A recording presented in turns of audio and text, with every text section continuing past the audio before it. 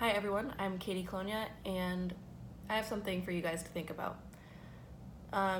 Naturally, we attach things to memories: music, food, people, places, and smells. But I want to ask you, how would you feel if you saw someone but couldn't remember any of the memories attached to that person in order to identify them? This is a curse of Alzheimer's disease, and unfortunately, I've experienced the pain of losing members to this disease. Both of them being my grandmothers, one who experienced dementia and one who experienced Alzheimer's, deteriorated right in front of my eyes. But for the pain that these people have to go through, there's not nearly enough being done to alleviate it. And my hope is that talking to you guys today, I can enlighten you about this disease and urge you to participate in the fight against Alzheimer's. I like to begin with the basics. Alzheimer's affects a lot of people today, and still with the extensive research that we have, there hasn't been a cure. There have been things in order to slow the process, but still no cure. And I think it's important people are aware of how prevalent this disease is and will continue to be, because it could impact them. Now, aside from the informational aspect of Alzheimer's, we also have to explore the indefinite emotional tear it has on the families of the diagnosed. And if we want these families of the diagnosed to stop suffering, we need to find a cure. But it's been proven already after extensive research that finding a cure is not easy. And that means activism is crucial, and we need people participating in fundraisers and spreading awareness about the disease so that more people care and more people raise money, and that it is easier to fund the research to find a cure. Now, I know not everyone has the same amount of passion that I hold, because I do hold a personal connection to the disease, but I hope this speech will at least spark an interest or some empathy towards the people that are diagnosed with the disease and the people that have to endure the pain of watching one of their loved ones suffer. So, when someone has Alzheimer's, their brain changes dramatically. Amyloid plaque and tau tangles clump up in the brain, and nerve cell connections are lost in the brain as well. And then after your diagnosis, there's different levels of severity that you might go through. So there's mild, moderate, and severe.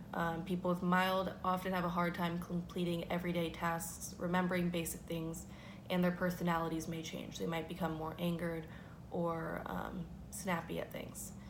Someone with moderate would experience having a hard time recognizing their family members, and wouldn't be able to cope with new situations or learn new information and retain that information.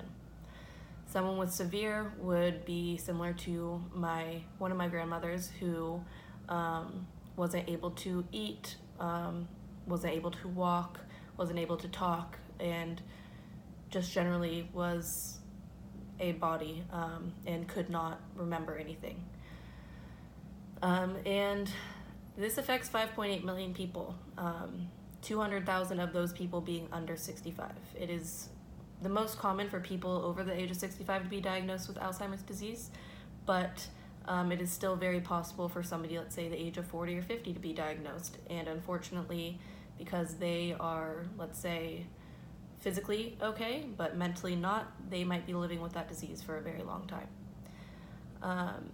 So nearly 6 million people are diagnosed. That's a lot of people, and you have to think about not just those 6 million people, but the people of those affected that also are going through an incredible amount of sacrifice, stress, and emotions to make sure that their loved one is not suffering to an extreme amount.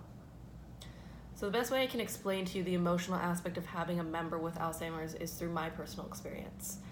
I basically saw a shell of a person. My grandmother progressed into severe Alzheimer's over the course of 15 years, and she was still there, but she couldn't remember who we were. She got angry, and eventually she couldn't eat by herself, couldn't talk, speak, and she only babbled similar to like a baby, and stayed in a wheelchair all day.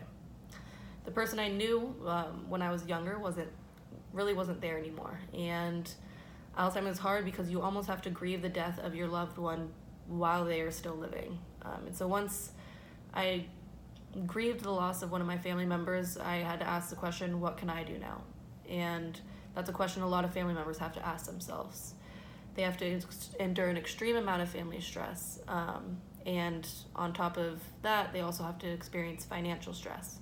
If your loved one has moderate or severe Alzheimer's, you likely have to put them in a home, which costs an insane amount of money every month. And not only do you have to pay the financial, you have to see your loved one be in a home that is not familiar to what they're around. So you also have to see them transition, and it's not always the most positive transition.